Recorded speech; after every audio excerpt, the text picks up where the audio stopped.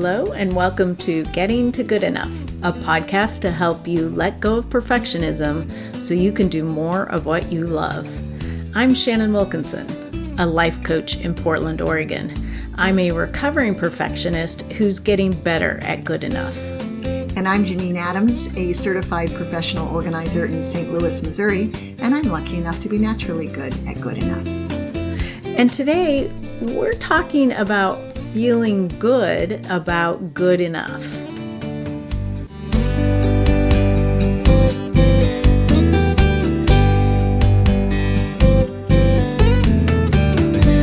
Janine. Hey Shannon, how you doing? I'm great. How are you? I'm great too. I'm looking forward to this topic. Yeah, I think it's a good one. Yeah. I think you came up with it. Do you? I don't recall. I mean, it was just on a list. But maybe. Who knows? Yeah. Oh, but what does that mean to you? Like feeling good about good enough? Well, it makes me feel, as a good enough person, it makes me feel like good enough is not just good enough. Good enough is great.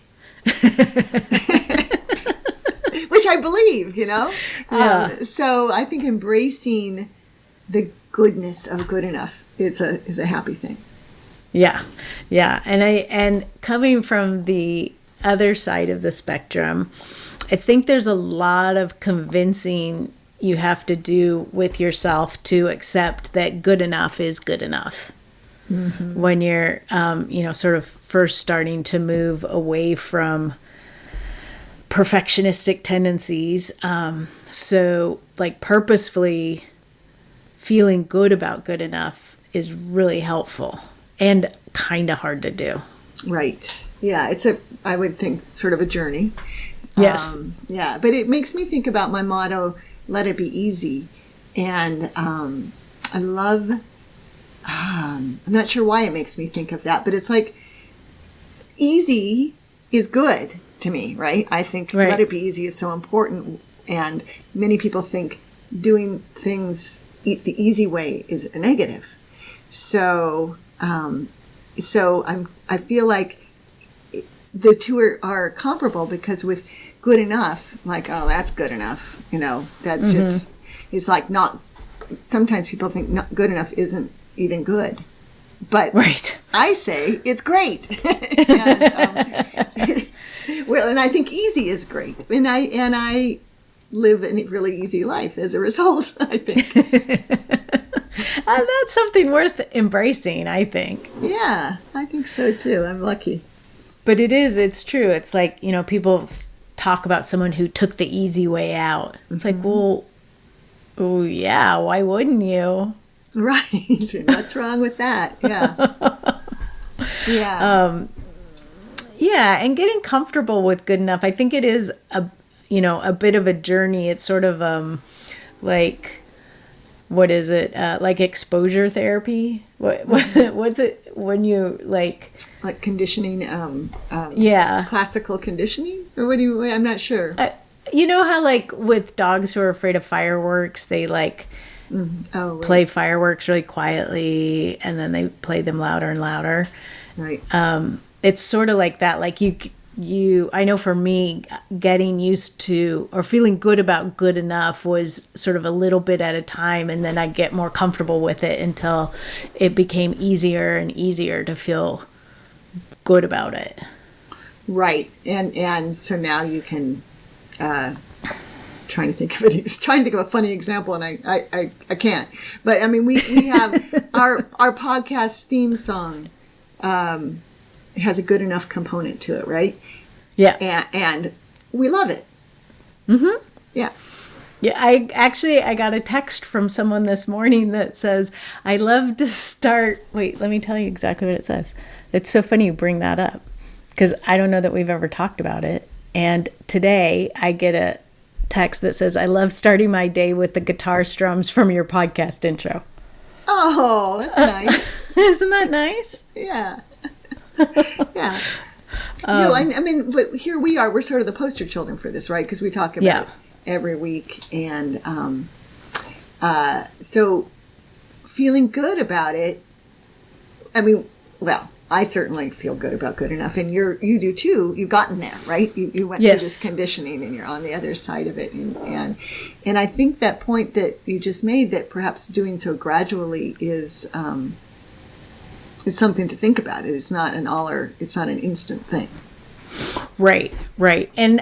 And also, I think there are things you can do to sort of push the needle more towards feeling good about good enough, and doing, like questioning the thoughts you have about perfectionism, why you're trying to make something perfect. And I think for a lot of people, perfectionism comes out of some sort of fear, which is, like a fear of not being accepted, or a fear of being judged, or something like that. And really sort of questioning those thoughts in a conscious way can help you get to the point where good enough feels good. Mm-hmm. Yeah, that makes a lot of sense. Is there a component of fear of failure among people who are pursuing perfectionism, or about, say, a project? Like, they're afraid if it's not perfect, it might fail, or they might look like it failed, or feel like it failed? Yeah, absolutely. Or in more cases, I think with fear of failure, people won't even start a project. Yeah. And so, fear of failure is what's holding you back. Paying attention to, like, how you can make progress as opposed to getting it right or doing it perfectly, and feeling good about that progress is a move in a positive direction. Right. Yeah. And maybe we can start a national campaign of feeling good about good enough. Like, all of us in our imperfect ways are showing off our imperfections. Yes. Yeah, I don't remember why, but for some reason I was Googling getting to good enough. I can't remember why I was Googling it, but anyway, that there were a bunch of things came up that said stuff like, good enough isn't good enough. And I'm like, wait a minute. Yes, it is. That's right. Come on. Oh, yeah. Well, there it is, right there. Just what I was saying, that it has a negative connotation that we are trying to eradicate. Right. And we've talked about, what counts as good enough. And mostly it's about being okay with what's reasonable, as opposed to sort of the striving for the unreasonable expectation of perfection. Right. And people could practice feeling good about good enough in everyday life really easily, right? So I was thinking about how you may not have the perfect shoes to go with your dress or your outfit. That's always, it used to be why I didn't wear dresses, because I was always hung up on the shoes. And now, but instead you can pick the shoes that you have that are comfortable and that feel good, and decide, this is good enough, and I'm going to proudly wear them. I will wear my black sneakers, these black sneakers that are my most comfortable shoes that I wear constantly, Skechers. I'm wearing them now, of course, with my dress, of course. And I'm fine with it. I went to the grocery store today and everything. I mean, like, I no longer get hung up on the right shoes, that how they look. I mean, certainly comfort's a whole different issue. Comfort's the most important thing. But there are lots of little things like that where you're writing a shopping list and you scratch out a few things and you decide, okay, I don't have to rewrite it. I can just take my messy shopping list to the store with me. Yeah. I I've been practicing it a lot in gardening. And the flower beds got very overgrown with weeds, and I had to practice feeling good about good enough a lot, because there was no way I could tackle it all in one day without, injuring myself. And so I've been practicing little and often and feeling good about, whatever effort I put into it is good enough. Right. That is such a great example. And it applies to decluttering as well.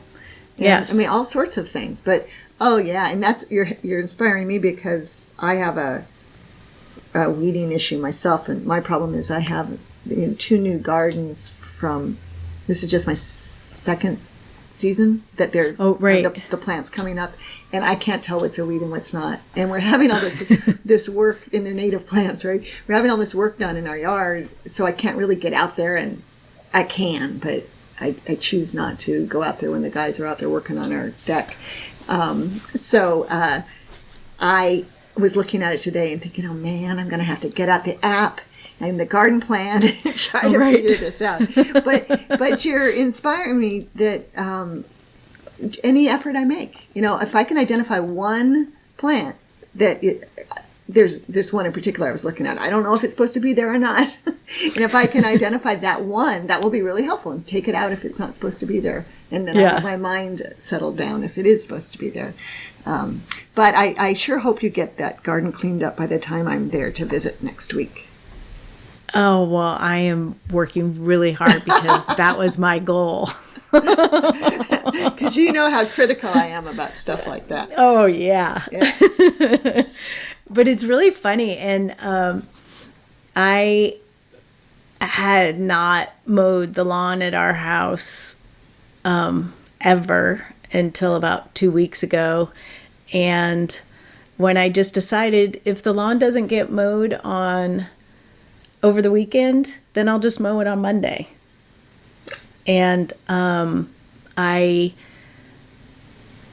that's good enough. Like, and I'm not great at mowing it, and I don't spend a lot of time, because I've been doing it after we record, so I'm going to do it after we talk today.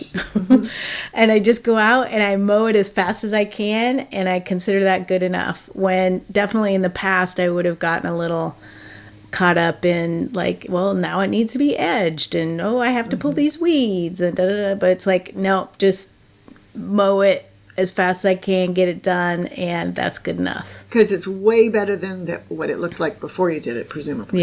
Yep. I'm with you there. That's excellent. And is it that because you had teenagers to do it before that you haven't done it yourself? Yes. Yes. I see. Yes. And now there are not teenagers around to mow the lawn. And it felt bad, like, asking my husband to do it. Yeah. I hear that. Like, oh, I know you've just been working really hard for all week. Could you go mow the lawn? Right. And I know that I'm a feminist, and I don't adhere to traditional roles in our marriage. So would you please go ahead and mow the lawn anyway? Yeah. Yeah. Well, and for a long time, we have an electric mower, and I use the excuse, I don't know how to work it. Oh. Which is ludicrous, because I can pretty much figure out how to work anything. Exactly. And then also there's this thing called Google. Well, and also it's an electric lawnmower. Don't you just plug it in and go? No, it's it has a rechargeable battery. Oh, so you have to charge the battery. And then you do it. And there is, like, sort of a weird little gizmo thing that you have to plug in, and I don't know. So I just, I was operating for many years under if I don't know how to do it, they can't make me. Right. Oh, yeah. I'm familiar with that. So one day I just went out, tried to figure it out, and I couldn't figure out how to charge it, so I just mowed the lawn until the battery died. And then Mike told me how to charge it, and then I charged it and mowed the rest of the lawn, and now I know how to charge it, so it's like not that big a deal. Right. But the more I think about it, the better it is as an example for this, is that I feel really good now when I go and mow the lawn, even though I can also look at the lawn and say, that's a really bad mow job. But I feel good that I did it because it's good enough. Right. Yeah. And if you were tied up in perfectionism and couldn't get yourself to do it until you had time to do all the things, all the trimming and the edging and the everything, you would have a really bad looking lawn because you wouldn't have gotten to it. Right. Yeah. Yeah. Yeah. Oh, that is a great example. Yep. Yeah, and I think it's feeling very liberating the more comfortable I get with good enough. Mm-hmm. You're right. It's freeing. Mm-hmm. And just being able to walk away from something, knowing that, oh yeah, I probably could have done that a little bit better, but it's fine. It really is good enough. And like, I accomplished what I came here to do. Right. It's especially good for those things that have low consequences. Right. Yeah. And then it gives you a little more bandwidth and energy for the things that do have more consequences, that do require a little more effort, or that you would feel really good about being able to put a little more effort forth. If I'm not wasting all my energy trying to make things that don't really matter perfect, then I have more energy to spend on the things that are really worthy of my time and energy. Right. Yeah, that's exactly right. That's especially as we get older and have less energy and less memory and so forth. It's like perhaps fewer brain cells to work with. Let's conserve them for the things that really matter. Yeah, exactly. And memory is another one where I try to feel good about good enough. Yeah, well, if I remember it at some point or write it down or whatever, that's got to be fine, because I can't make it be any other way. Yeah. That is a big one for me. This acceptance I've had to have that I might not remember something that I used to remember, and that it's okay, and it doesn't make me a bad person, and it's good enough that I'm getting by, right? Yeah. And we develop our techniques to accommodate. Yes. And yeah, that's a big one. But no, I think that message is very good, and we've said it many times. Like, don't wasting valuable time and resources on making something perfect that doesn't need to be perfect is, and also probably can't even be perfect. Right. Yes. Yep. Yeah. So we want to hear from you, our listeners. How good do you feel about good enough? And what ways have you gotten more comfortable about it? And is there any way in which you, like Janine, feel great about good enough? You can let us know on social media. On Twitter, we're at GTG Enough. On Facebook and Instagram, we're at Getting to Good Enough.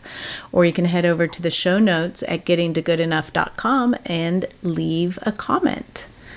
And you can also call 413-424-GTGE-4843 and leave us a message. But for now, this is Shannon Wilkinson in Portland, Oregon. And Janine Adams in St. Louis, Missouri.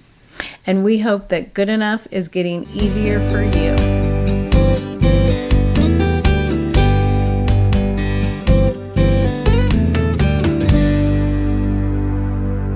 Actually kind of excited to go mow the lawn.